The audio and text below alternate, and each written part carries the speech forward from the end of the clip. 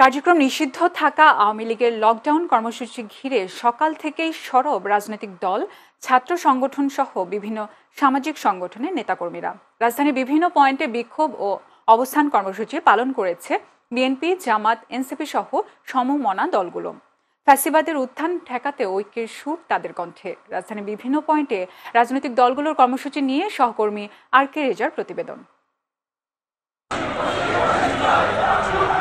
কার্যক্রম নিষিদ্ধ আওয়ামী লীগের ঢাকা লকডাউন কর্মসূচি ঠেকাতে পাল্টা কর্মসূচি নিয়ে রাজপথে সরব রাজনৈতিক দলগুলো।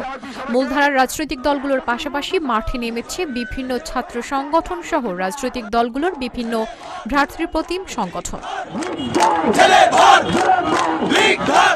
সকালে রাজধানীর গুলিস্তান হয়ে জাতীয় প্রেস ক্লাব পর্যন্ত জামায়াত ইসলামের বিক্ষোভ মিছিল, দুপুরে শাহবাগ এনসিপি ও প্রাইভেট বিশ্ববিদ্যালয় স্টুডেন্ট অ্যালায়েন্স এবং টিএসসিতে বাংলাদেশ ছাত্র অধিকার পরিষদের ব্যানারে বিক্ষোভ সমাবেশ ও অবস্থান কর্মসূচি পালিত হয়।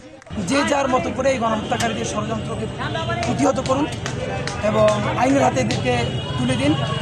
কোনো ষড়যন্ত্র, কোনো টাকা পয়সা ইনশাল্লাহ আমাদের এই শহীদদের রক্তের সাথে আমাদেরকে বেইমানি করতে পারবে না। আমরা ইনশাল্লাহ ন্যায় বিচার চাই, ন্যায় বিচার নিয়েই আমরা ঘরে ফিরবো। এই বাংলাদেশে 2014 সালে ভোটার নির্বাচন করেছে, 2018 সালে ভোট ডাকাতি নির্বাচন করেছে, 24 সালে ডামি নির্বাচন করেছে।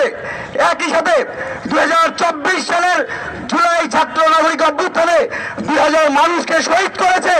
তাদেরকে কোনোভাবে আর ছাড় দেওয়া যাবে না। বক্তারা বলেন, পতিত স্বৈরাচার আওয়ামী লীগের প্রশ্নে একমত দেশের রাজনৈতিক দলগুলো। দেশকে যারা অস্থিতিশীল করছে তাদের প্রতিহত করতে রাজপথে আছে ছাত্র জনতা থেকে শুরু করে বিভিন্ন রাজনৈতিক ও ছাত্র সংগঠনের নেতাকর্মীরা। মূল কারণ যেটা আমরা দেখতে পেয়েছি, বাসে আগুন দেওয়ার কারণে বিগত কয়েকদিন আপনারা দেখেছেন প্রায় 14-15টি বাসে আগুন দেওয়া হয়েছে।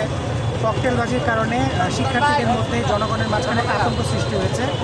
আজকে আমরা রাস্তায় নেমে সাধারণ মানুষ সহ প্রমাণ করে দিতে চেয়েছি যে আমরা লীগকে রেড কার্ড দেখিয়েছি। বাংলাদেশে আর কোনোদিন স্বৈরাচার গণহত্যাকারী আওয়ামী লীগের ঠিকানা হবে না এবং তাদেরকে প্রতিহতের জন্য সবসময় শিক্ষার্থী জনতা রাজপথে থাকবে। সংগ্রামী ভাইয়েরা, যেখানেই সন্ত্রাসীদের পাওয়া যাবে সেখানেই প্রতিরোধ করা হবে।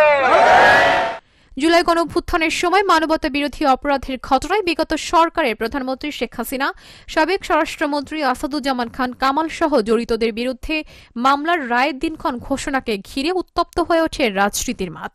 বৃহস্পতিবার আন্তর্জাতিক অপরাধ ট্রাইব্যুনাল থেকে জানানো হয়, আগামী 17 নভেম্বর ঘোষিত হচ্ছে আলোচিত এই মামলার রায়। কাঙ্ক্ষিত রায়ে জনগণের আকাঙ্ক্ষার প্রতিফলন ঘটবে বলে প্রত্যাশা ফ্যাসিবাদ বিরোধী ছাত্র জনতার। Channel S news desk.